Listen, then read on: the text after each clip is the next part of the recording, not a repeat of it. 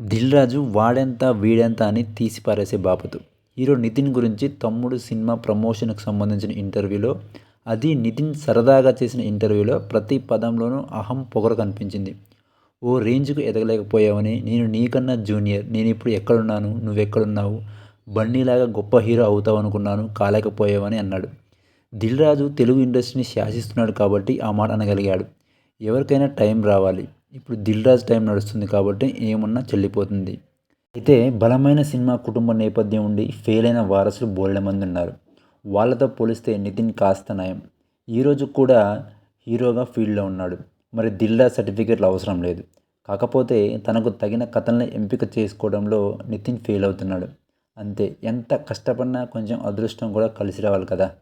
కలిసి రానంత మాత్రాన దిల్ రాజు నితిన్ని కించపరచాల్సిన అవసరం లేదు. అలా వైకుంఠపురం, పుష్ప లేకపోతే అర్జున్ కూడా అంతే కదా. తన లక్ బాగుండి తను ప్లస్ అయ్యాడు. నితిన్ ఇద్దరిది బలమైన సినిమా కుటుంబ నేపథ్యం. కాకపోతే నితిన్కి టైం కలిసి రాలేదు. అల్లు అర్జున్తో నితిన్ను పోల్చి నువ్వు ఎదగలేకపోయావురా అని కామెంట్ చేయడం ఖచ్చితంగా దిల్ రాజు అహాన్ని సూచిస్తుంది. దిల్ రాజు కూడా పెద్ద సినిమాలు తీసి చేతులు కాల్చుకున్న రోజులు మర్చిపోతే ఎలా? మరి దాన్ని ఎవడూ అడగలేదు కదా. అసలు తమ్ముడు సినిమా తీసింది నువ్వే.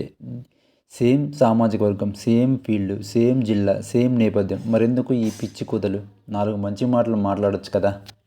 సంవత్సరాలలో నువ్వు అంటే ఇప్పుడు ఒక దిల్ రాజుగా నేను నీకంటే జూనియర్ని 1 ఇయర్ని సాధించుకుంటూ ఒక టాప్లోకి వచ్చా. నితిన్ని నేను అలా ఊహించా. నేను దిల్ సినిమా చేస్తున్నప్పుడు, ఆర్య సినిమా చేస్తున్నప్పుడు బన్నీని, దిల్ సినిమా చేస్తున్నప్పుడు నిన్ను, అంటే వీళ్ళు నాకు ఫ్యూచర్ స్టార్స్ అని ఊహించా. కానీ నువ్వు ఆ మార్క్ అచీవ్ చేయలేకపోయావు. నువ్వు కోల్పోయింది అదే.